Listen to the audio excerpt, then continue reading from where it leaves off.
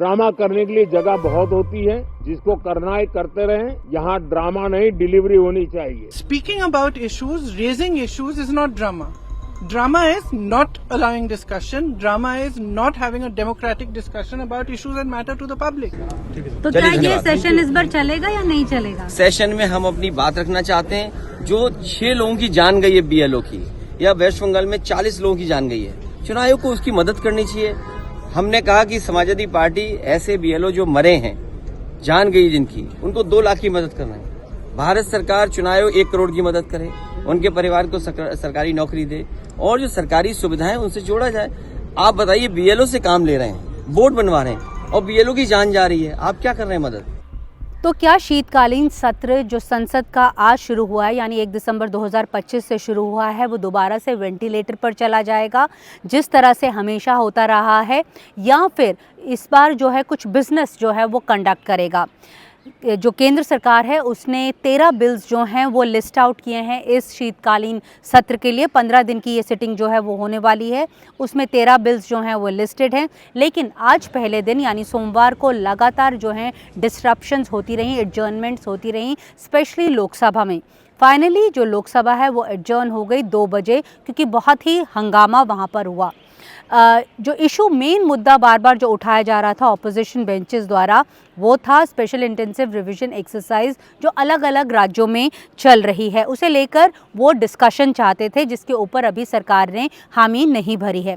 Indian express ने Samajwadi party के president mister Akhilesh Yadav से इस बात पर चर्चा की और उनसे पूछा कि क्या हाउस जो है वो आने वाले दिनों में चलेगा, या फिर जिस तरह से आज हमने डिस्ट्रप्शंस देखी, यानी सोमवार को डिस्ट्रप्शंस देखी, उसी तरह से जो डिस्ट्रप्शंस हैं वो लगातार होती रहेंगी। तो आइए सुनते हैं कि अखिलेश यादव ने इस मुद्दे के ऊपर क्या कहा। आज डॉलर कहाँ पहुँच गया, रुपया कहाँ पहुँच गया, IMF ने क्या बातें आपसे कही कि आप डेटा किस तरह का पेश कर रहे हैं, ये प्रश्न लग रहा है भारत पर लग रहा है। हमारे मुख्यमंत्री कह रहे हैं कि नौकरियां बह रही हैं, बारिश हो रही है नौकरियों की, और फिर भी हम बेरोजगारी में सबसे आगे हैं। सबसे ज्यादा माइग्रेंट लेबर अगर कहीं यूपी के हैं। अब मान लीजिए 3.5 करोड़ यूपी के लेबर बाहर हैं जो गुजरात में काम कर रहे हैं, महाराष्ट्र में काम कर रहे हैं। उन्हें कितनी तकलीफ होगी, बोर्ड कहाँ बनवाएं, महाराष्ट्र में बनवाएं, गुजरात में बनवाएं कि यूपी में बनवाएं। तो ये लोगों को परेशान करते हैं। नोटबंदी में इन्होंने परेशान किया, कोविड में इन्होंने परेशान किया, GST में इन्होंने परेशान किया, अब इन्हें SIR के माध्यम से परेशान इसलिए कर रहे हैं कि बुनियादी सवाल न उठाए जाए। तो क्या ये सेशन इस बार चलेगा या नहीं चलेगा? सेशन में हम अपनी बात रखना चाहते हैं। जो 6 लोगों की जान गई है बीएलओ की, या वेस्ट बंगाल में 40 लोगों की जान गई है, चुनाव आयोग को उसकी मदद करनी चाहिए। हमने कहा कि समाजवादी पार्टी ऐसे बीएलओ जो मरे हैं, जान गई जिनकी, उनको 2 लाख की मदद करना है। भारत सरकार चुनाव आयोग 1 करोड़ की मदद करे, उनके परिवार को सरकारी नौकरी दे और जो सरकारी सुविधाएं उनसे जोड़ा जाए।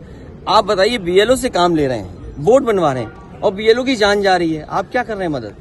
और बीएलओ आप पता करिए, जो समझदार नहीं है या उतने जागरूक नहीं है कि फॉर्म कैसे भरें, उनका पूरा परिवार लगाया अपने परिवार के सदस्य की मदद करने के लिए।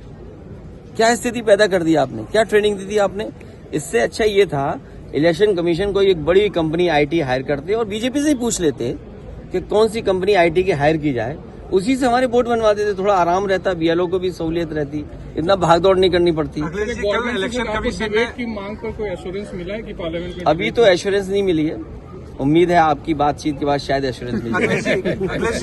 अखिलेश जी, कल इलेक्शन कमीशन ने चिट्ठी लिखी बंगाल सरकार को कि बीएलओ हैं उनको आप फंड रिलीज नहीं कर रहे, पैसा रिलीज नहीं कर रहे हैं। आप जिनकी जान गई है, इलेक्शन कमीशन उनकी फंड रिलीज कर दे 1 करोड़ रुपए, वो कब रिलीज करेंगे?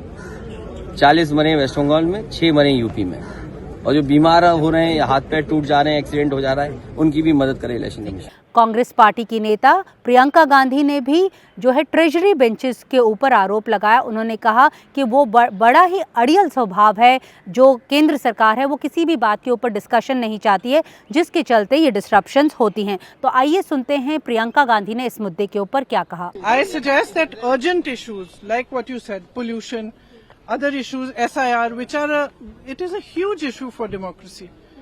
What is going on? Whether it's the election situation or the SIR, these are huge issues. Let's discuss them. What is Parliament for? Let's discuss them. Let them have a discussion. It's not drama.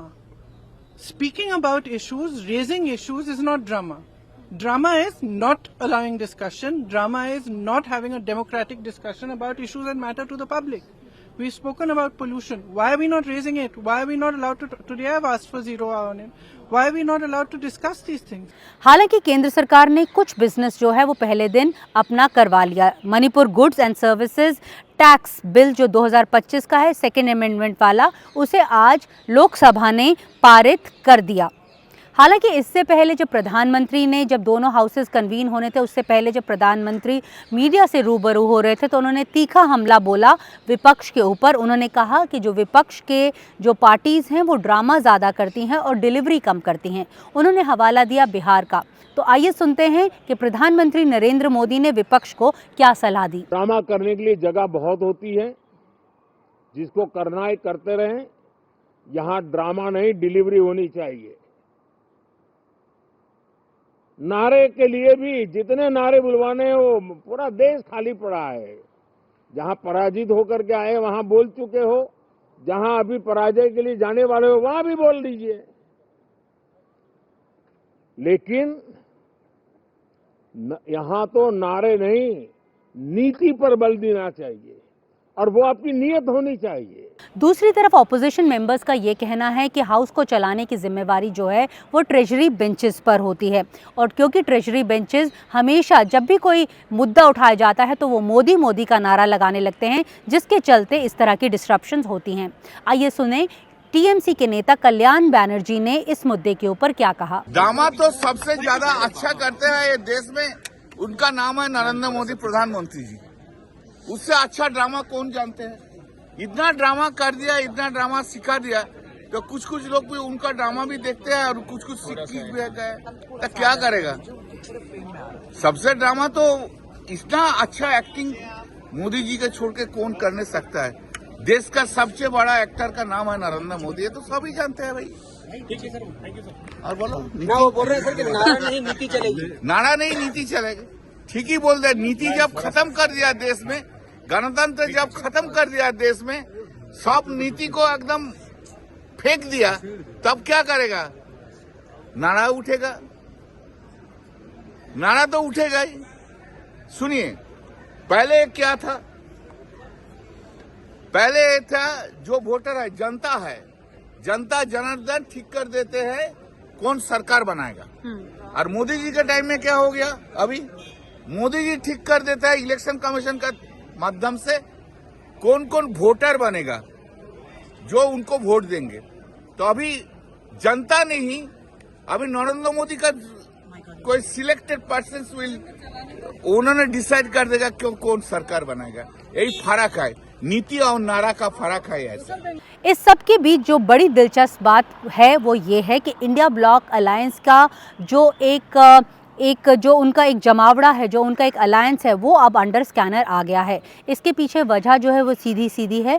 आज यानी सोमवार को जब floor की जब एक meeting, जो सुबह मीटिंग होती है जिसमें स्ट्रैटेजी डिसाइड की जाती है कि विपक्ष पार्टीज़ जो हैं वो क्या स्ट्रैटेजी अपनाएंगी जब वो फ्लोर पर उतरेंगी लोकसभा और राज्यसभा में। इंडिया ब्लॉक लीडर्स की जब मीटिंग हो रही थी तो टीएमसी के नेता इस मीटिंग में जो हैं वो शामिल नहीं थे। जब हमने टीएमसी के सीनियर नेता से बात की तो उनका कहना था कि टीएमसी ने जो फ़ोन कॉल है वो इंडिया ब्लॉक लीडर्स के साथ कर लिया था और जो स्ट्रैटेजी है वो डिसाइड कर ली थी, क्योंकि उन्हें कोई दूसरा ज़रूरी काम था, वो इसलिए इस मीटिंग में मौजूद नहीं हो सके।